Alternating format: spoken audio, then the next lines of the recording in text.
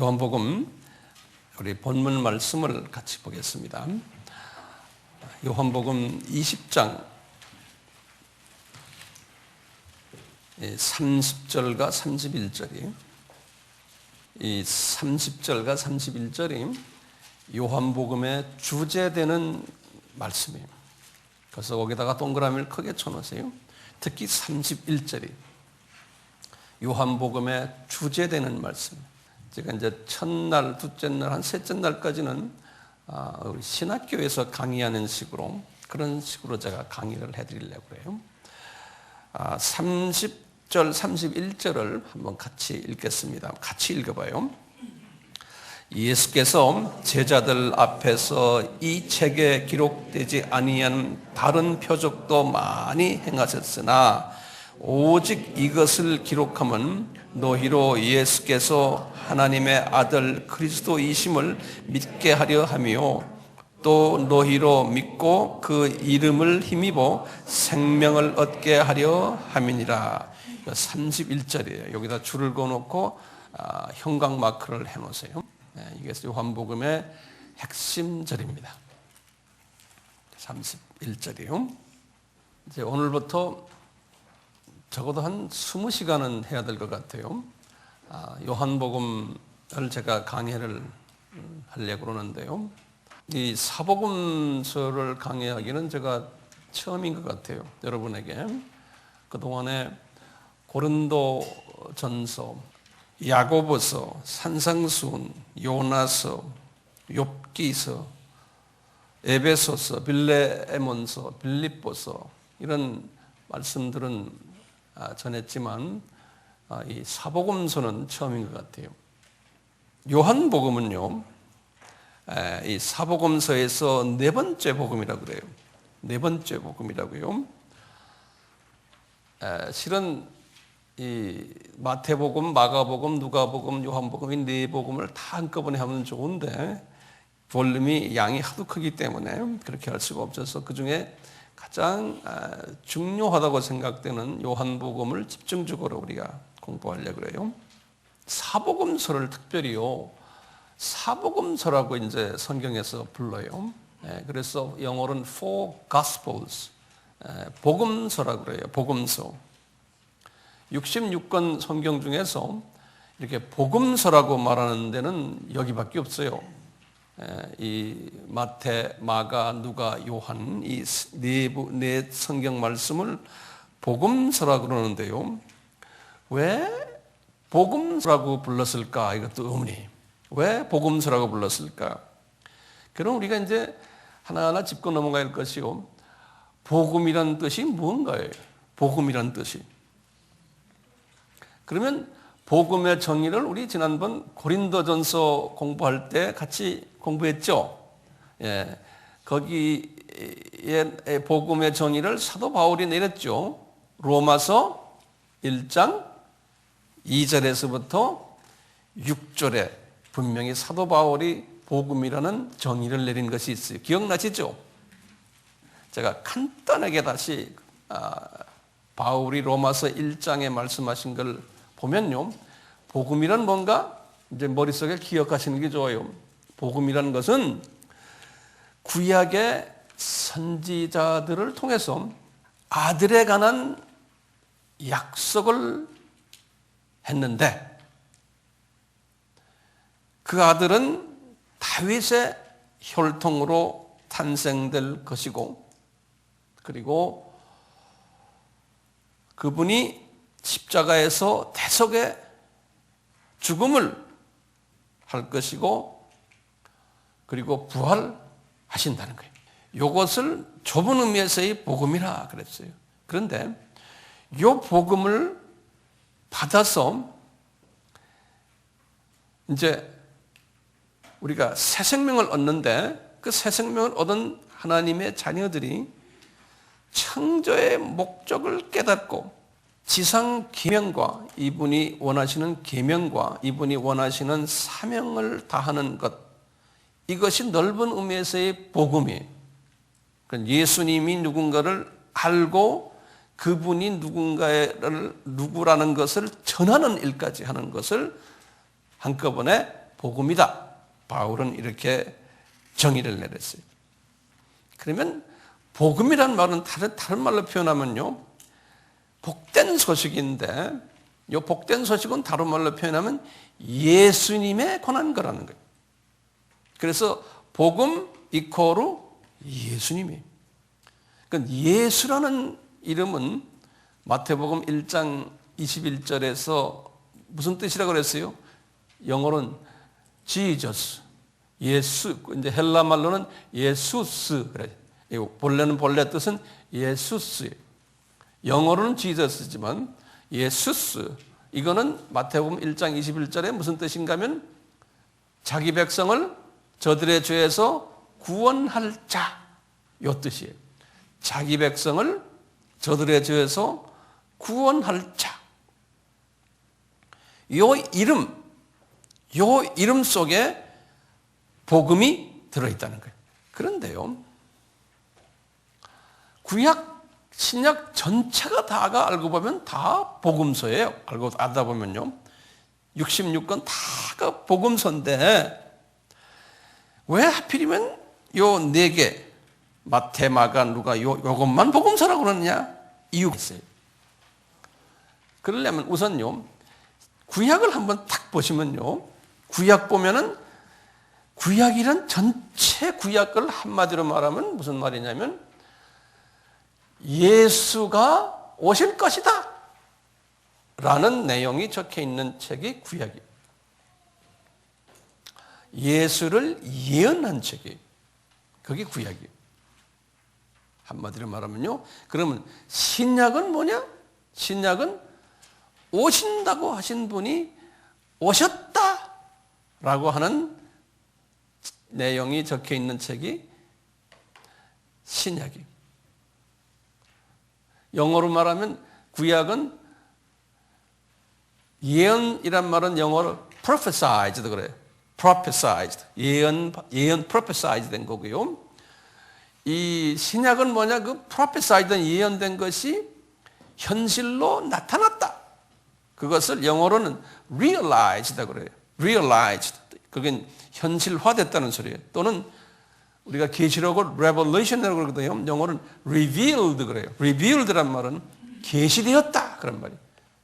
revealed란 건 나타났다. 한국말로 계시되었다 그러거든요. 그래서 구약은 약속됐었는데 신약에 와서는 그것이 revealed, 계시되었다. 누가? 예수가.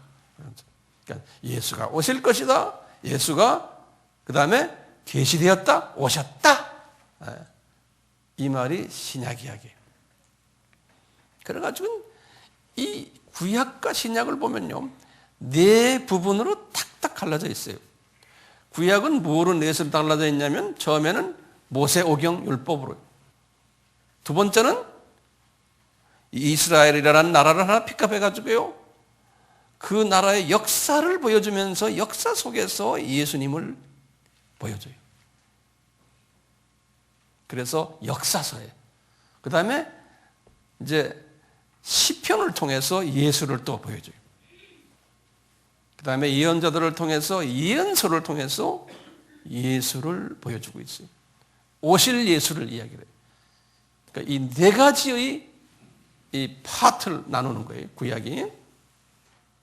신약에 와서는요, 처음에 이 사복음서는 뭐냐면요, 오신다고 하는 예수가 직접 오셨다 그러는데 오신 그분이 직접 하신 말씀들이 거기, 그분들의 예수님이 직접 하신 말씀과 또 직접 어떻게 살아나는 삶에 대해서 보여주는 것이 사복음서예요. 그것이 처음에 사복음서고, 신약도 4개로 나눠져요. 처음에는 사복음, 그 다음에 사복음서의 제일 마지막에 이분이 뭐라고 그러시냐면 내가 이렇게 왔다.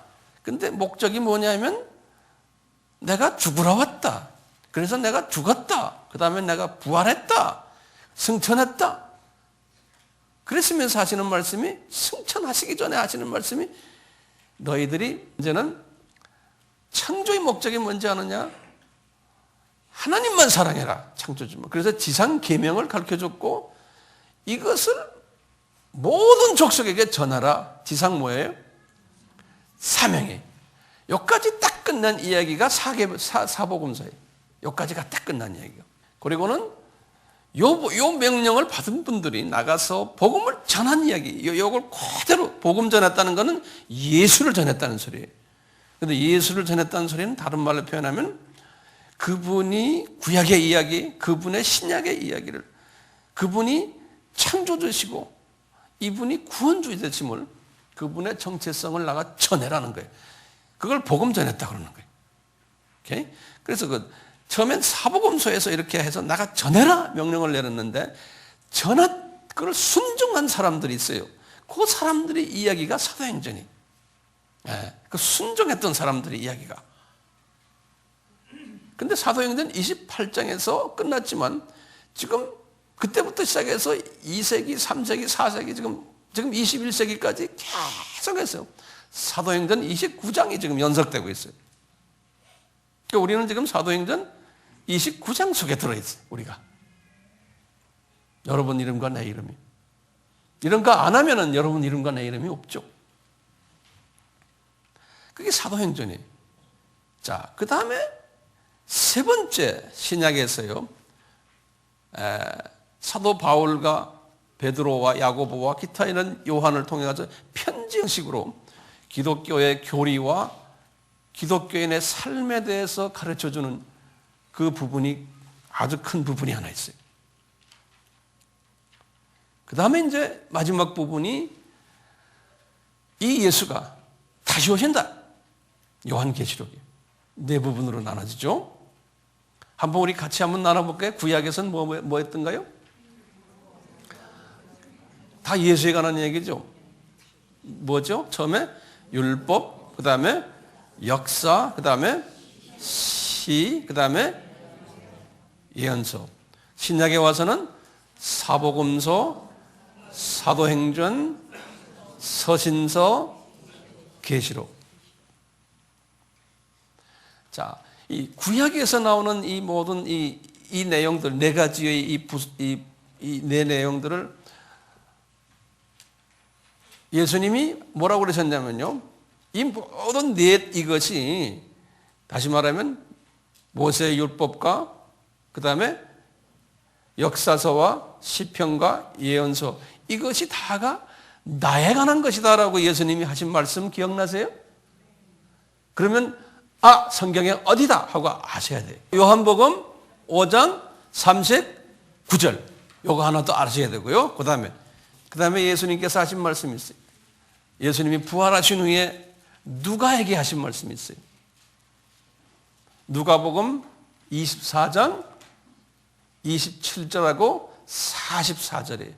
여기서 예수님이 그래서 부활하신 후에 구약에 나오는 이 네 가지 이것들 다 나에 관한 이야기다 말씀하셨어요. 아까 요한복음 5장 39절은 무슨 이야기던가요? 너희들이 구약을 서치라이트를 비춰보듯 비춰봐라. You search the scripture, 영어로 그랬어요. 한번 상고해봐라. 그러면은 그 안에 있는 모든 이야기들이 다 나에 관한 거래. 이렇게 말씀하셨어요. 지금 우리가 누구 이야기합니까? 지금 예수님 이야기 우리 지금 하는 거예요. 예수님 이야기. 예. 우리 AMI 교회는 예수님 이야기 빼놓으면 할 말이 없는 교회가 돼야 되잖아요. 네. 할 말 진짜 없죠. 이러나 저러나 전부 다가 예수님 이야기. 예. 그러다가 이 세상 떠날 때 그 예수님 만나러 가는 거예요. 성경 말씀을 가지고요. 딴 이야기하면요. 나중에 주님한테 정말 혼나요. 예수님 이야기인 이 성경 말씀 중에요. 지금 우리가 사복음서를 지금 우리가 한번 따로 빼놓고 보자는 거예요. 사복음서요. 이 사복음서는 뭐라 그랬던가요? 예수님이 구약에서 직접 말씀하신 그 예수님이 오셔가지고, 오셔가지고서 내가 구약에서 예언했던 그분이다라고 말씀하시고는 그분이 하고 싶은 말씀을 많이 하셨어요.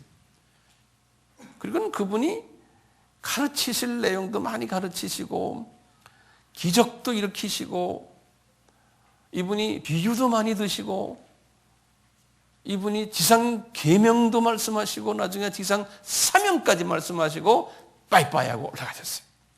자, 이런 부분이 사복음서인데 이 사복음서도요 크게 둘로 나누는 거예요. 우리 다 알지만요, 이걸 좀 더 제가 구체적으로 말씀하는 거예요. 이제는요, 사복음서가 4개가 있는데요, 두 부분으로 나눠요. 마태, 마가, 누가가 한 부분이고 요한이 또 한 부분으로 돼 있어요. 마태, 마가, 누가가 한 섹션이고 요한복음이 또 한 섹션이, 이게 달라요. 이제 신학자들이 이것을 다르게 이제 분류해 놨는데요, 내용을 보면 완전히 달라요. 그래서 그 다른 모습을 제가 여러분들에게 설명해 드리려고 그래요. 어떻게 다른가? 우선요, 이 마태, 마가, 누가 이 세 복음을 우리 뭐라 부르죠? 공관복음이라 그러죠. 우리 다 알죠. 그래서 제가 이 칠판에다 적어놨어요. 공관복음. 영어로는 synoptic gospel 그래요. 영어도 이게 한문처럼요, 이게 의미가 이게 돼 있어요 안에. 그 syn이라는 말 여기다 내가 적어놨죠. 여기 together란 뜻이에요. syn이라는 말은요, together, 함께 한다는 소리. 그래서 SI와 syn이 붙은 영어 단어들 혹시 아는 게 뭐 있어요? synchronize swimming. 우리 저 올림픽 때 스윙 하는 거 있죠? synchronize swimming. 똑같이 움직이는 거 있잖아요. 그 synchronize swimming. 또 synthesis. synthetis라는 말이죠. 이건 조금 어려운 말이에요. 그건 무슨 말이에요? synthetic이란 말은 뭐예요? 우리 저 섬유, synthetic이라고 그래요. synthetis란 말도 그 통합, 합한다는 그런 뜻이죠. SYN. 그 다음에 optic이란 말은 우리 많이 배우죠. 그 검한 살을 뭐라 그래요? optician이라고 그래요. optician, 이 검한 살을. 그 다음에 눈 수술하는 사람 뭐라 그래요? optometrist. 그런데 opti라는 말이 이게 눈이라는 소리예요. 그래서 synoptic 하면은 한국말로는 중국말이죠. 이게 공관. 같이 본다는 거예요. 같이 본다는 거예요. 같은 그 시각으로 본다는 거예요. 그래서 이 마태복음하고 마가복음, 누가복음을 같은 시각으로 본다는 거예요. 예수님을 보는 게. 그 다 목적이 지금 예수님을 보는 데에 초점이 맞춰 있어요. 예수님을 어떻게 보느냐? 이 세 분은 예수님을 사람이라는 인성 부분에서, 인성이라는 쪽에서 예수님을 본 거예요. 우리 기독론에서 우리 공부했잖아요. 예수님의 인성 부분을 강조하면서 글을 쓴 거예요. 그런데 요한은 그렇지 않았어요. 요한은 완전히 달랐어요. 그래서 제가 여기다가요, 이 도표를 하나 그려드렸는데, 보시면 이 성서학자들이요, 이 마태, 마가, 누가, 요한 이 네 복음서를 쓰는데 언제 썼느냐에 대한 의견이 분분해요. 그래서 여러분들이 이런저런 책을 보시면 혼돈스러워서요, 나중에 언젠지 본인도 잘 모르게 돼요. 이 학자들도 이 부분에 대해서 분명치 않은 부분이 상당히 많아요. 그래서 여러분들에게요, 이 부분을 제가 분명히 좀 알려드리고 싶어서 이 도표를 제가 그렸어요. 이 복음서를요, 어떤 복음서를 제일 먼저 썼느냐? 일반적으로 어떤 분들은 마가복음을 제일 먼저 썼다 그래요. 그래서 이 마가복음을 가지고서 마태, 누가, 심지어는 요한까지 그것을 보고서 또 참고로 해서 거기 있는 내용을 가지고서 썼다, 이렇게 보는 학자들이 꽤 돼요. 근데 저는 그렇게 생각 안 해요. 이 안에 이게 역사적인 모든 측면을 다 보면요, 제일 먼저 쓴 복음이 어느 복음이냐면 마태복음이에요. 요 마태가 썼어요.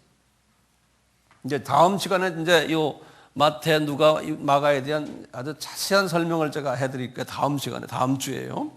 오늘은 이 개략적인 이야기만 제가 해드리겠습니다. 이 마태가 세리 출신 아닙니까? 이분은 유대인이에요. 마태가 유대인인데 예수님의 제자로 이제 뽑혔죠. 세리라는 것은 그 당시에 대단히 인기 없었던 유대인들이 가장 미워했던 사람이 세리. 로마 제국에 돈을 이제 세금을 받아서 바쳤던 분이거든요. 그래서 자기가 얼마 먹고 가졌기 때문에 정부에다 바쳤기 때문에 이 유대인들이 이 사람을 아주 싫어했어요. 그러니까 대표적인 사람이 저기 마태, 매튜, 영어로는 매튜 그러죠. 매튜, 마태예요. 이 사람이 예수님의 제자가 된 것이 언제입니까? 공생의 첫 시작이니까 언제예요? 주후 26년, 한 7년 되겠죠? 그러니까 이분이 예수님을 따라다니면서 쭉 예수님에 대해서 배우고 경험하고 이분의 가르침을 자기가 묵상하고 하면서 주님이 많은 사람 중에 이 마태에게요, 특별한 이 버닝 하트를, 이 마음에 그냥 안타까움을 준 거예요. 뭐냐? 마태가 보니까 그 당시에는 주후 30년, 40년, 50년 이때만 해도 주로 크리스찬들이 어떤 사람들이었냐면 유대인들이 주로 됐거든요. 이방인들도 있었지만요. 근데 이분이 유대인들을 딱 보니까 유대인들이 예수님에 대한 개념이 클리어하지 않은 거예요. 그리고 유대인들이 이 구약에서 나오는 예수님에 관한 모든 이야기를 예수님이 이렇게 오셨는데 이분인 것을 잘 모르는 거예요. 그러니까 이분이 특히 자기 민족을 보니까 1세기의 크리스찬들인데도 이 구약의 메시지와 오신 예수와를 이 연결을 시키는 일이 좀 약한 거예요. 네. 그래서 이분이 이제 주님께서 이 마태에게 이 아이디어를 준 거예요. 마태야, 너 알겠지? 너 내가 누구라는 것을 유대인에게 한번 구체적으로 좀 이야기해 줘라. 그래서 어디에다 초점을 맞췄냐면 이분이 왕 중의 왕이라는 거예요. 예수님이. 그래서 이 모든 랭귀지가요, 이 마태복음을 보면은 이 유대인에게 쓴 랭귀지들이 모든 그 언어들, 습관들, 여러 가지 그 단어들이, 그 표현들이요. 그러면서 예를 들어서 뭐 Kingdom of God, 그러거든. Kingdom of God 또는 Kingdom of 이런들이 많아요. Kingdom of Heaven. 그래서 왕중왕이라는 거예요. 이제 다음에 제가 언제 기회 되면 자세히 설명할 거예요. 그 다음에 예수님이 우리 유대인의 다윗의 자손이다라는 걸. 그리고 제일 중요한 게 예수님이 메시아고 크라이스트라는 거예요. 메시아란 말은 뭐죠? 메시아라는 말은 이건 유대인 말이에요. 크라이스트라는 말은 이거는 헬라 말이에요. 같은 말이에요. 이건 유대인 말인 메시아, 크라이스트는 크리스토스. 그래서 이건 헬라 말이에요. 같은 말이에요. 구원자라는 소리죠. 구원자. 언제 마태가 썼느냐? 이제 주후 50년에서 52년에 쓴 걸로 저는 보고 있어요. 이때가 언제냐면요. 주후 50년에서 52년은 무슨 일이 일어났을 때예요? 사도 바울이 2차 선교 여행을 할 때예요. 그 사도 바울은 그 다음에 2차 할 때에 사도 바울이 누구를 차출했어요? 누가와 디모데, 그 다음에 실라도 차출했을 때 2차 때죠. 그렇기 때문에 우리가 그동안에 우리가 아바에서 공부한 거 이거 공부 제대로 해야 돼요. 제대로 해야지만 이 모든 내용들이 이게 이해가 되기 시작을 해요. 이때 이분이요, 마태가 예루살렘에 계시면서 이분은 어떤 생각을 했냐면 유대인들에게 내가 책을 하나 써야 되겠다. 편지를. 유대인 교본이 예수님에 관한 그것이 마태복음이에요. 자, 유대인들이 어디 있습니까? 주후 33년에 무슨 일이 일어났어요? 32년, 33년에 스데반 사건으로 해서 유대인들이 어느 교회 교인들이 예루살렘 교회 교인들이 다 퍼졌잖아요. 어디까지 퍼졌어요? 저 터키까지 퍼졌잖아요. 이런 사람들을 상대로 해서 12 제자들이 성경 가르치고 방문도 가고 그랬지 않습니까? 기억나시죠? 자, 이렇듯이 마태도 그 중에 한 사람이었어요. 근데 보니까 교본이 없는 거예요. 가르칠 텍스트북이 없는 거예요. 예수에 관한. 그래서 마태복음을 이분이 쓰신 거예요. 그러니까 그건 마태가 쓴 게 아니죠, 실은요. 성령님께서 마태에게 지시하신 거예요. 써라. 그래서 이제 마태가 유대인의 입장에서 이제 시각이 예수님이 왕 중에 왕이시라는 것을 이제 초점을 맞춰서 썼지만 그것이 초점이지만 그 안에 많은 내용들이 있어요. 내용들 중에 첫째 내용이 뭐냐면 예수님의 탄생부터를 설명하는 거예요. 그래서 마태복음 1장에는 예수님의 탄생인데 아브라함과 다윗과 예수 그리스도의 세계라 그랬죠. 유대인 랭귀지예요. 아브라함부터 시작을 해. 그래서 쫙해서 이제 예수님이 어떻게 탄생하는지를 쭉 설명해 주는 거예요. 누가복음은 이제 이 마태복음을 쓴 후에 한 10년 후에 누가복음을 썼다고 보면 돼요. 60년에서 62년이에요. 이때는 바울이 로마에 1차 투옥됐을 때예요. 이때 이미 이 누가는 같이 로마에 있었어요. 바울하고 같이. 이 누가는 배경 알죠? 이건 의사 아닙니까? 이분은 역사가예요. 이분이 이제 사도 바울이 1차 투옥 때 사도 바울은 뭐 했어요? 거기서 전도하면서 뭘 썼어요? 옥중서신 썼죠. 몇 개를 썼어요? 4개죠. 뭐죠? 처음에 에베소서, 빌립보서, 골로새서, 빌레몬서.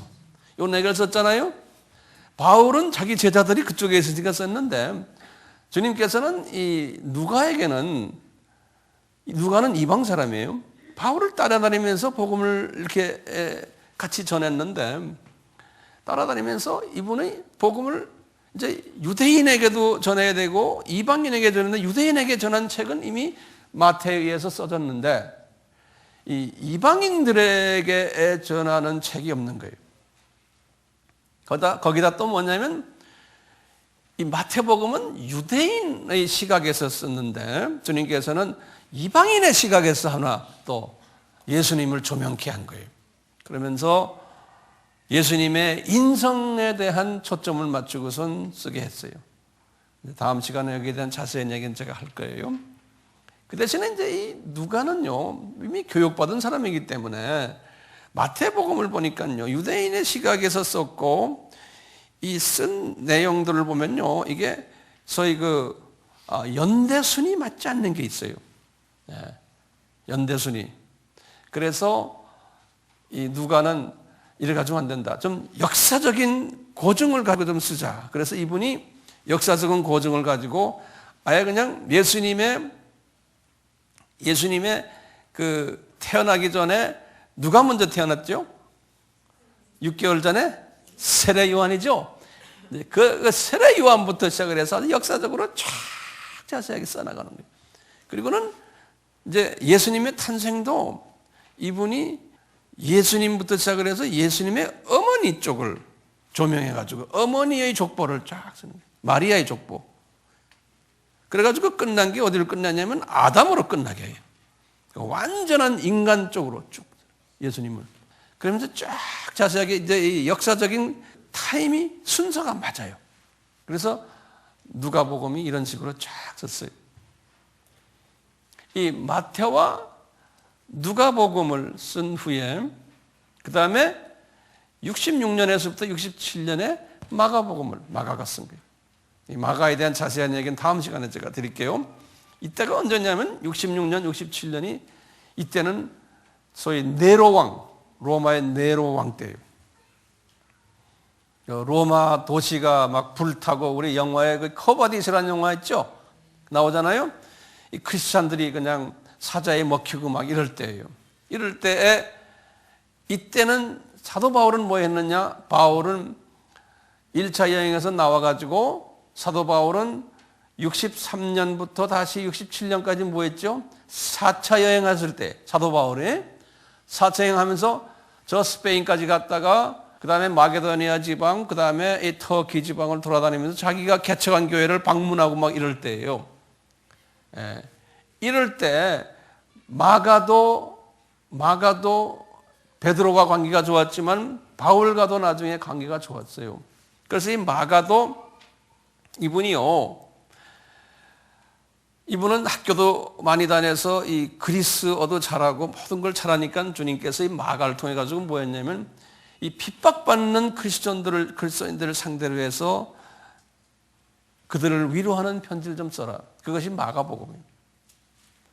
그래서 이 마가복음은요, 이 핍박받는 성도들을 위로하기 위해서 썼고, 또 한 가지는 뭐냐면 마가복음에 보면 특색이요, 이 유대인의 풍습을 이방인들에게 또는 디아스포라 유대인들에게 설명하는 이야기들이 많아요. 이 마태복음과 누가복음에서 글을 쓴 내용들을 이방인들이나 디아스포라가 잘 모르는 것들이 있어요. 유대인의 풍습을 거기다 써놨는데요.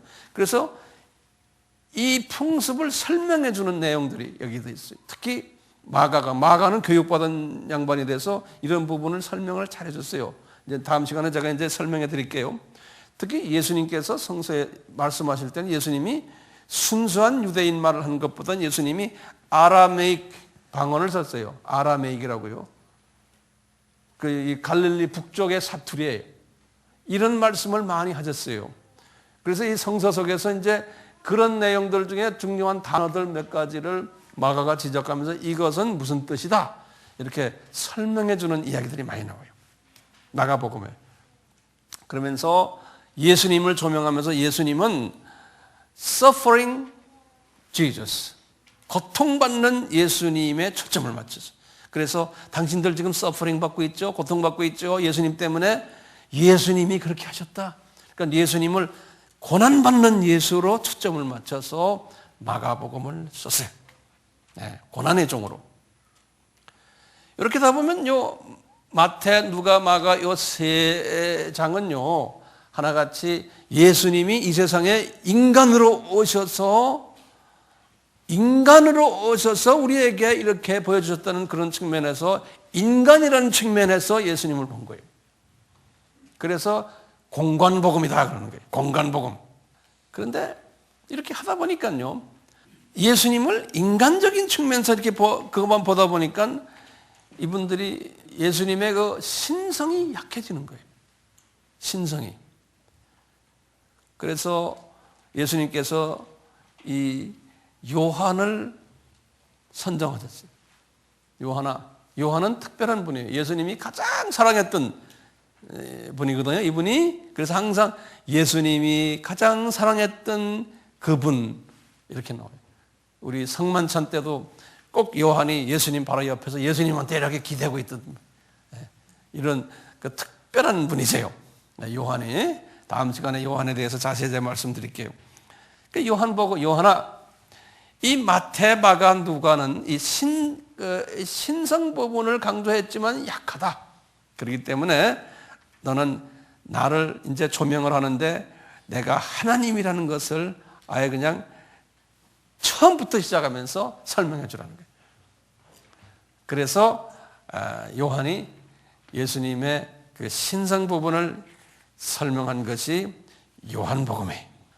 이 공간복음을요, 공간복음이라고 부르는 이유가 있어요. 제가 여기다 써놨어요. 이제 이 공간복음 이 세 마태, 누가, 마가가요 가지고 있는 그 공통점이 있는데요. 언어나 거기에 또 자료나 사건이나 예수님의 가르침이나 또 비유나 기적 등이 공통적으로 유사하게 묘사가 되어 있어요. 예. 그리고는 신기하게도요, 마가복음의 90%가 마태복음에 다 기록이 되어 있어요. 마가복음의 90%가. 이 말은 뭐냐면 마가가 마태복음의 내용을 대부분 내용을 대개 참고했다는 거예요. 그 다음에 마가복음의 53%가 누가복음에 기록이 되어 있는 거예요. 다시 말하면 마가가 누가복음도 많이 참조했다는 거예요. 그리고는 아까 제가 말씀드렸지만 이 공간복음이라 부르는 것은 예수님의 인성의 주안점을 뒀기 때문에 그런 거예요. 성서에서는요, 이 공간복음 이것이 어떤 게 먼저냐, 이것이 어떻게 서로 관련되어 있느냐 해가지고요, 학자들이 별난 소리를 다 하는 게 복잡해요. 예. 그래서 그 복잡한 거 다 던져버리시고요, 심플하게 알고 계시면 돼. 근데 복잡한 것들, 이게 마귀가 학자들에게 복잡하게 만들어놨어요. 자기네가 써놓고는 자기네가 무슨 뜻인지도 몰라. 그러니까 이게 뒤에서 웬놈이 가르쳐 준 거예요. 그래서 이런 책들 보면 무슨 소린지도 모르는 게 많아요. 서로가 혼돈돼가지고요. 네. 자, 이 공간복음 자료가 어디서 나왔느냐? 여러 가지 학설들이 있어요. 7가지 학설을 제가 여기다 적어드렸어요. 다시 말하면요, 이 공간복음을 어떻게 썼느냐? 네? 직접 하나님이 음성을 돌려줘가지고 썼느냐? 안 그러면은 미리 돼 있는 어떤 인포메이션을 카피를 했느냐? 여러 가지 이제 소위 학설들이 있어요. 이걸 너무 깊이 다루다 보면 여러분들 성경 나중에 읽기가 싫어져요. 그러니까 깊이 다루지 않으면서 심플하게 내가 말씀드릴게요. 이거 쓸 때요, 첫째는 구두전승이라는 건 사람들의 입으로 이야기한 내용들, 예수님의 삶을, 예수님이 어떻게 태어났고 어떻게 구두로서 이 사람 저 사람의 말을 들었고서는 썼다라는 그러한 학설들이 있어요. 네. 두 번째 학설은요, 초기 이 복음서, 이 말은 뭐냐면 마태복음이나 누가복음이나 마가복음이 이런 복음들이 쓰여지지 않았을 때 이런 사람 저런 사람들이 그냥 종이 몇 장에다가 예수님에 관한 이야기를 써놓은 것들이 있는 거예요. 그런 것들을 초기 복음서라고 그래요. 그런데 이 초기 복음서들을 보고서 여기저기에서 그런 것들이 있는 걸 골라가지고 썼다라고 하는 그러한 또 이야기들이 있는 거예요. 거기 동의하세요? 동의할 수도 있고 안 할 수도 있어요. 네. 그 다음에 세 번째는요, 조각 문서들이라고. 이 말은 무슨 말이냐면 거의 비슷한 얘기지만요, 이 사람이 조각으로 여기다 뭐 예수님에 관한 이야기 써놓은 거, 저 사람이 써놓은 거, 여기저기 조각들이 있는 걸 다 모아가지고 편집을 했다. 이제 이런 억측을 하는 분들도 있어요. 그 다음에 상호 의존 협력설이에요. 뭐냐? 마태가 마태대로 써놨는데, 누가는 누가대로 썼는데, 마가는 마가대로 썼는데, 직접 주님한테 받아가지고 썼는데, 나중에 누가는 마태 써놓은 거를 서로 좀 보고 좀 했고, 마가는 누가나 마태가 하는 걸 보고 이렇게 보고 참고했다, 이런 상호 의존했다, 이런 학설도 있어요. 그리고는 특히 이 마가복음과 이 큐 문서라고 그러는데요, 예전에는 잠깐 내가 말씀드린 것 같아요. 쿠엘레라고 그래서요. 쿠엘레, 이건 독일 말인데요. 독일 말인데 무슨 뜻이냐면 resource, source라는 소리예요. 문서라는 소리예요. document. 쿠엘레라는 말이에요. 쿠엘레, 독일 말로요. 그래서 이걸 큐 문서라고 그래요. 큐 document. 이거 뭐냐면 마태와 누가는 마가복음을 먼저 썼다고 생각하는 게 이건요, 마가복음을 보고 자료로 삼았다는 거예요. 마가복음과 그 다음에 다른 문서들, 이 조각 문서들 이런 거 있죠. 초기 이런 것들 마가복음과 이 큐 다큐멘트들을 보고서 마태와 누가가 책을 썼다라는 그런 학설들이 있어요. 그 다음에 마태복음을 보고 마가와 누가가 참고를 했다는 거예요. 예컨대 마태가 오리지널이에요. 마태가 여긴요. 마태가 주님의 주신 메시지를 가지고 책을 썼는데 이 마태복음을 보고는 누가와 마가가 그것을 참고로 해서 또 자기가 조명받은 거와 합해서 썼다. 네, 이렇게 보는 학설이 있어요. 저는 이 6번 학설이 저한테는 와 닿아요. 6번 학설이. 네. 또 이제 7번째는 뭐냐면 이 1번에서부터 6번째를 종합으로 해서 조합을 해가지고 컨비네이션 해서 각자가 책을 썼다. 이렇게 또 보는 학설도 있고요. 저는 어떤 거라고 그랬어요? 6번이에요. 제가 그러니까 여러분들은 그렇게 따라 하시면 되겠죠? 이 공관복음하고요, 요한복음이요. 이 공관복음과 요한복음이요. 차이점이 아주 분명하게 드러나는 부분들이 많아요. 그래서 그 중에 내가 대표적인 부분들 여기다 좀 열거했는데요.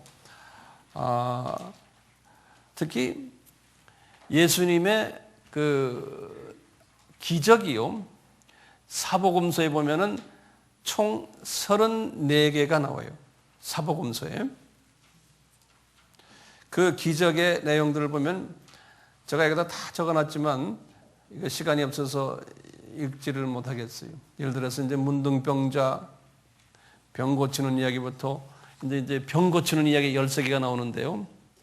이 쭉 마태복음, 마가복음, 누가복음에서 마태복음에는 13개, 마가복음에는 12개, 누가복음은 15개가 누가복음이 제일 많이 나와요. 병 고치는 이야기가요. 같은 내용들인데 이렇게 그래요. 근데 요한복음에는 딱 2개밖에 안 나와요. 요한복음은요. 그 중에 대표적인 게 요한복음에 이제 요한복음 5장에 보면 그 베데스다 그 물에서 몇 년 된 38년 된 환자가 이제 병 낫는 이야기 있잖아요. 이건 요한복음에만 나오는 내용이에요.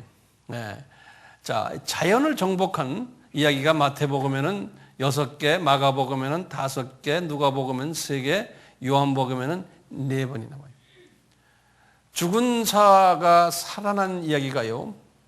마태복음은 1번, 마가복음 1번, 누가복음 2번, 요한복음 1번 이렇게 나와요. 보면 요한복음이 좀 다르죠. 이 병 고치는 이야기 같은 거는 거의 그냥 안 썼어요. 요한복음에서는. 근데 특별히요. 이 사복음서에 보면 비유가 많이 나와요. 비유가. 예수님의 비유가요. 비유가 총 40개가 있어요. 사복음서예요. 이 40개 비유 중에요. 마태는 23개, 마가는 9개, 누가는 28개의 비유를 말씀하셨어요. 같은 비유들인데, 그런데 놀랍게도요, 요한복음에는 비유를 하나도 안 썼어요. 요한복음은요. 그러니까 우리가 예수님의 비유의 그 말씀은 요한복음에서는 공부를 못하게 돼요. 왜 이 공간복음에서요, 이렇게 병 고치고 죽은 자 살리고 특히 이 비유와 병 고침 여기가 왜 이렇게 강하게 강조됐는지 아세요? 요한복음에서? 왜냐하면 예수님의 인성을 강조하기 때문에 그래요. 예수님이 인간으로 오셔서 우리에게 병 고쳐주시는 분으로 각인시켜주는 거예요. 우리의 매일 삶에서요, 우리의 필요를 채워주시는 분으로서 예수님이 각인되는 거예요. 우리의 친구로서 우리를 돕는 분으로, 그러기 위해서 이 병 고치는 사건들을 많이 이렇게 설명해 주셨어요. 비유는요, 비유라는 것은요, 비유는 예수님이 어떻게 드셨냐면 예수님의 그 비유의 내용들은 우리의 그 당시의 사람들의 삶 속에서의 여러 가지 일어난 사건들을 비유를 가지고 상황들, 사건들, 비유를 사용하셨던 이유는 우리 눈높이를 맞추시기 위해서 그분이 하시고자 하는, 가르치시고자 하는 내용을 우리의 눈높이에 맞춰서 사건들을 이용하셔서, 상황을 이용하셔서, 또는 삶의 이야기들을 비유로 설명하시면서 하나님의 뜻을 전했어요. 그런데 비유를 말씀하시면서요, 예수님이 마태한테 하신 말씀인데 마태복음 13장 10절에서부터요 12절이에요. 예수님이 하신 말씀, 이런 말씀이 있어요. 이 비유는 한번 성경 열어보세요. 눈으로 열어보는 길이 제일 빨라요. 마태복음 13장 10절에서부터 제가 읽어볼게요. 제자들이 13장 10절입니다. 제자들이 예수께 나와 가로되 어찌하여 저희에게 비유로 말씀하시나이까? 대답하여 가라사대 천국의 비밀을 아는 것이 너희에게는 허락되었으나 저희에게는 아니 되었나니 무릇 있는 자는 받아 넉넉하게 되되 무릇 없는 자는 그 있는 것도 빼앗기리라. 하나님이 비유로 말씀하시는 목적이 뭔가요? 특수한 하나님이 사랑하는 소수들에게요, 천국의 비밀을, 미스터리라고 했어요. 천국의 미스터리를 깨닫게 하기 위해서라는 거예요. 그런데 머저리티, 대부분의 사람들은 그것을 깨닫지 못하는 거예요. 그러니까 소수만 깨닫게 하기 위해서 비유를 두셨다는 거예요. 비유 두신 목적 아시겠죠? 네. 자, 그런데요, 왜 요한복음의 특징을 보면요, 첫째, 요한복음은요, 병 고치는 데에 강조를 하지 않았어요. 요한복음은. 여기 보시자면 두 번밖에 없어요. 요한복음은요. 병 고치는 첫째가 어디에 있냐면요. 요한복음 4장 46절에서 54절이에요. 요한복음 4장 46절에서 54절. 왕의 신하 아들이 병 고침을 받는 내용이에요. 그 다음에 이제 요한복음 5장 1절에서 9절이 38년 된 병자가 베데스다 연못에서 병 고침을 받는 장면이에요. 자, 왜? 그런데 요한복음은 두 번째, 요한복음의 특징 중에 두 번째는 비유를 전혀 쓰시지 않은 거예요. 비유를. 왜? 비유란 말은 영어로 parable이라고 그래요. 왜 비유를 안 쓰셨을까요? 요한복음은요, 예수님이 상당히요, 직설적으로 말을 해요. 예컨대 요한복음 1장부터 1장의 시작이 어떻게 나와요? 말씀이 태초에 계셨다. 그 말씀이 육신이 되었다. 아주 직설적으로요, 예수님의 정체성만 강조하는 거예요. 처음부터 시작이 그런 거예요. 그리고는 예수님이 하나님의 아들이다, 독생자다, 구원자다, 이 세상 죄를 지고 가는 하나님의 어린 양이다, 세상의 빛이다. 이렇게 하면서 요한복음을 쭉 들여다보면요, 예수님의 이름이요 45개가 나와요. 예수님의 이름이. 그러면서 예수님의 정체성을 강조하는 거예요. 자, 이 복음의 양면성이라는 제목을 붙여놓으세요. 자, 공간 복음에서는 예수님을 인성으로서 강조하고, 요한복음에서는 예수님을 뭐로 강조해요? 신성으로, deity of Jesus, humanity of Jesus. deity라는 D-E-I-T-Y, 우리는 이 두 인성과 신성을요, 균형 있게 잘 깨달아야 돼요. 이 현대 자유주의, 이 진보적인 사상을 가진 신학에서는요, 예수님의 인성 부분을 강조를 해요. 인성. 그래서 사회복음, 예수님은 이 세상에 오셔서 이 사회복음을 하러 오신 분이다라고. 그래서 마태도 이런 부분에서, 예수님의 인성 부분에서 우리 잘 아는 양과 염소 크리스천을 비교하는 장면이 나오죠. 마태복음에 우리 잘 아는 마태복음 25장 35절에서 36절이 예수님이 그랬어요. 35절에 내가 줄일 때 너희가 먹을 것을 주었고 목마를 때 마시게 하였고 나그네 되었을 때 영접하였고 벗었을 때 옷을 입혔고 병들었을 때 돌아보았고 옥에 갇혔을 때 와서 보았느니라. 여기 보면 아주 이 자유주의 사람들은요, 이 부분을요, 예수님의 인성 부분에 강조를 하면서 봐라, 크리스찬들은 요걸 잘해야 된다는 거예요. 사회복음화를. 이제 문자적 그대로요, 배고픈 사람 잘 먹여야 되고, 목마른 사람 마시게 해줘야 되고, 나그네들 잘 영접해야 되고, 옷 없는 사람 옷 입혀줘야 되고, 병들은 사람 잘 돌봐줘야 되고, 옥에 갇힌 사람 가서 면회도 해주고 위로해 주라는 거예요. 이런 부분을 강조하는 거예요. 왜냐? 예수님이 그랬지 않느냐 이거예요. 이런 사람들이 이렇게 안 하면은 구원이 없다라고 보는 거예요. 그럼 똑같이 누가도 마찬가지였어요. 누가복음에서 예수님이 예수님이 첫 설교하신 부분이 누가복음 4장이에요. 4장 18절에서 19절이에요. 예수님이 첫 설교하시는 부분이 뭐냐면요, 하시는 말씀, 유대인 회당에 들어가서 예수님이 이사야에게 하신 말씀을 인용하시면서 이러세요. 주의 성령이 내게 임하였으니 이는 가난한 자에게 복음을 전하게 하시려고 내게 기름을 부으시고 나를 보내서 포로된 자에게 자유를, 눈먼 자에게 다시 보게 함을 전파하며 눌린 자를 자유케 하고 주의 은혜의 해를 전파하게 하려 함이라.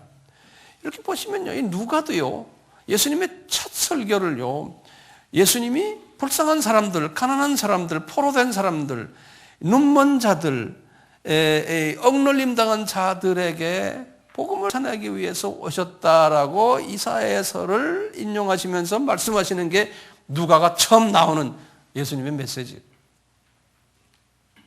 그러니까 이걸 그냥 그대로 받아주면요, 단편적으로 보면은 예수님은 이런 사람들에게 잘해주라고 하셨구나. 사복음서 중에 특히 공간복음의 셋을 보면, 이 첫 셋 보면 이런 부분을 강조하시는구나. 그 자유주의 사람들은 그쪽을 강조하는 거예요. 자, 우리 복음주의 사람들은 어떻게 돼요? 이쪽 인성 부분은 필요해요. 인성 부분에다가 신성 부분까지 조합을 할 때에 온전한 복음이 되는 거예요. 예. 그러니까 이 말씀을 어떻게 이해가 돼야 돼요? 인성적으로 이해하고 또 영성적으로, 신성적으로도 이해를 동시에 같이 해줘야 돼요. 그러니까 병자 고친 것이 육신의 병자만 고친 것이 아니고 영적인 병자도 고쳤다고 우리가 이해를 해줘야 되는 거예요. 그러니까 영적인 병자를 설명해 주기 위해서 육적인 병자의 모습을 보게 하시고, 예수님이 병자 고치신 것도 그런 측면에서 병자를 고치시는 거예요. 병자를 고치시고는 뭐라고 그러셨어요? 이분이 자기가 하나님인 것을 보여주기 위해서 병자를 고치셨다고 그랬어요. 그러니까 모든 이 자연을 정복하고 죽은 자를 살리시는 목적이 뭐예요? 이 세상 사람들의 행복을 위해서가 아니고 이 세상 사람들이 그런 잠깐 주는 행복을 통해서 예수가 누군 것을 깨닫게 하기 위해서는. 네. 병자 아무리 고쳐놓으면 뭐합니까? 몇 년 있다가 죽을걸요? 봉사 아무리 뜨게 하면 뭐합니까? 몇 년 있으면 다 이 세상 없어지는데요. 그렇다고 해서 그걸 무시하면 또 안 되는 거예요. 그 부분을 강조하지만 그것에서 머물러 있으면 일반 타종교나 똑같은 게 타종교. 네. 다른 모든 종교는 이 수준에서만 끝나버리는 거예요. 그러니까 1세기 때 이 마태, 누가, 마가를 통해서 복음을 예수님의 이 인성 쪽을 강조하면서 전하다 보니까요, 이 신성 쪽이 약하다 보니까요, 벌써 1세기 때 예수님의 신성을 부인하는, 약화시키는 소위 이단 세력들이 여기저기에서 나타나기 시작했어요. 그래서 우리 주님께서 요한아, 이제 때가 됐다. 이제는 신성 쪽을 강조하는 글을 써라. 그래서 요한복음을 쓰게 된 거예요. 우리가 신성 쪽만 강조하다 보면 인성 쪽을 안 보시면 또 문제가 있는 거예요. 예? 매일 우리는 할렐루야 하면 이것만 하고 사회 쪽에 이 불쌍한 사람들을 도와주지 않고 그쪽에 관심이 없으면 우리도 또 문제 있는 거예요. 그렇다고 해서 그쪽을 이 예수님과 관계되면서 우리가 도와줘야지요. 예수님을 전하기 위해서 도와주는 거지 그냥 불쌍하니까 도와주라 이 수준은 아니잖아요. 그래서 우리 AMI 우리 선교도 마찬가지예요. 우리도 이 두 균형을 잘 맞춰 나가기 위해서요. 우리가 선교지에도 우리 미얀마만 해도 고아원이 있고 거기 또 우리 신학생들과 거기에 수많은 사역자들을 물질로 우리가 도와주지만 그분들 도와주기 위해서 이 세상 것을 도와주기 위해서만 있다 그러면 우리가 잘못하는 거죠. 그건 세상의 유엔이나 NGO나 세상의 많은 그걸 뭐라 그러죠? 도와주는 기구들을요? 구제기구요? NGO라고 그래요. NGO. 그걸 한국말로는 뭔지 모르겠어요. Non-governmental organization이라고 그래서요. 이런 그 구호단체들이 엄청나게 많아요.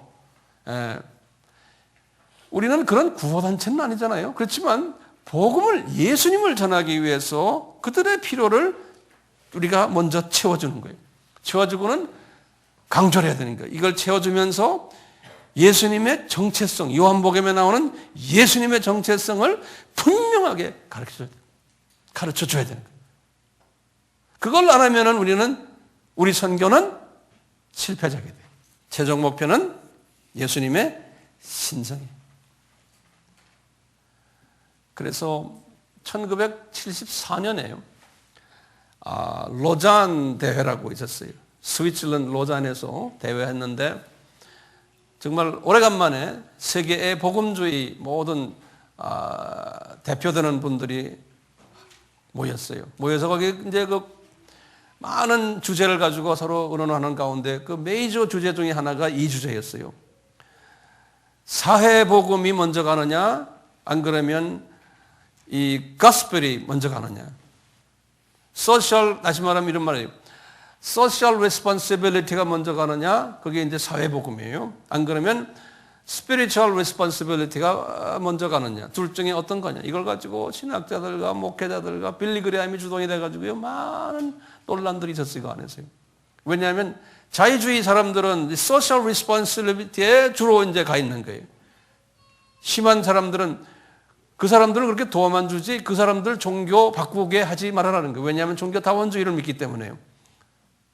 타 종교도 다 구원이 있기 때문에 그분들 그냥 그 종교에 그냥 남아 있다가 그냥 천국 가게 놔둬라. 그 대신에 그분들의 육신적인 필요함을 채워주는 일이 우리 기독교인들이 보이는 사랑이라는 거예요. 여기까지 가는 게 있거든요. 복음주의는 그렇지 않잖아요. 아니다. 우리는 사람을 죽음에서 생명을 옮기는 일이 우리의 사명이다 그래가지고요. 그것이 중요하니까 무조건 가난한 사람 도와줄 거 없다. 무조건 우리는 그냥 열심히 복음 전해가지고 그냥 종교만 바꾸게 만들어주자. 이게 극단적인 부분이 또 있었던 거예요. 그러니까 이게 둘 중에 이게 어떤 거냐? 그러다가 이제 나온 게 지금 우선순위가 어디냐? 우선순위는 영원 구원이지만 그렇지만 이 육신적인 부분도 우리가 간과해서는 안 된다. 사복음서에서 우리에게 가르쳐 주잖아요. 육신적인 것도 중요하지만 영적인 것이 더 중요하지만 이 두 개를 잘 컴비네이션 하는 것이 중요하다는 거예요. 그래서 요한복음서 오늘 결론 말씀 중에 요한이 결론 내린 게 아까 우리 본문에서 요한복음 20장 우리 아까 읽었죠? 이제 30절, 31절 제가 다시 한번 읽으면서 말씀을 끝내려고 해요. 요한이 이제 요한복음서를 쓰시면서 하시는 말씀이래요. 예수께서 제자들 앞에서 이 책에 기록되지 아니한 다른 표적도 많이 행하였으나 그런 거예요. 요한이 그러니까요. 그렇죠? 여기 지금 마태, 누가, 마가를 통해서 많은 표적을 해놨지만 그런 표적들이 많지만 나는 그거 제쳐놨다. 그건 내가 제쳐놨다. 난 그건 안 쓴다 이거예요. 그러면서 목적이 뭐냐? 31절이에요. 영적인 부분이에요. 오직 이것을 기록하면 너희로 예수께서 하나님의 아들이시고 또한 그리스도시고, 이건 그리스도란 말은 메시아라는 메시아. 하나님의 아들 메시아, 다시 말하면 구원주라는 소리요. 그리스도이심을 믿게 하려 함이요. 너희로 믿고 그 이름을 힘입어 생명을 얻게 하려 함이라는 거예요. 이게 목적이라는 거예요. 그리고 21장에 가서 예수님께서 베드로에게 하신 말씀이 있어요. 베드로야, 너는 이제 내 이 메시지를 가지고서 나가서 뛰어라. 이제 순교당할 것을 말씀하시고 요한도 그렇게 하실 것을 말씀하셨어요. 오늘은 제가 서론적인 측면에서 오늘 이 공간복음과 요한복음에 관계되는 말씀을 드렸어요. 자, 우리 같이 기도드리겠습니다. 우리 예수님께서 특별히 네 분을 택하셔서 마태와 마가와 누가와 요한, 예수님의 정체성을 보여주시게 하심에 감사합니다. 과거 2000년 동안 이 네 분의 메시지들을 상고하면서 예수님의 정체성을 깨닫고 예수님을 사랑하며 예수님의 메시지를 만방에 전해왔던 분들이 많았습니다. 저희들도 그 무리 중에 하나가 되기를 소원합니다. 이 복을 내려주시옵소서. 우리가 이번 요한복음을 같이 나누면서 그 속에 숨겨진 예수님의 미스터리들을 우리에게 가르쳐 주시옵소서. 이것을 깨닫고 우리가 더욱 예수님을 사랑하게 만들어 주시고 우리 예수님이 부탁하신 땅끝까지의 믿음도 족속 복음화에 박차를 가하는 계기가 되게 만들어 주시옵소서. 이 모든 저희들의 간구를 예수님의 이름으로 기도드리옵나이다. 아멘. 예수님, 우리에게 이 믿음을 허락해 주시옵소서.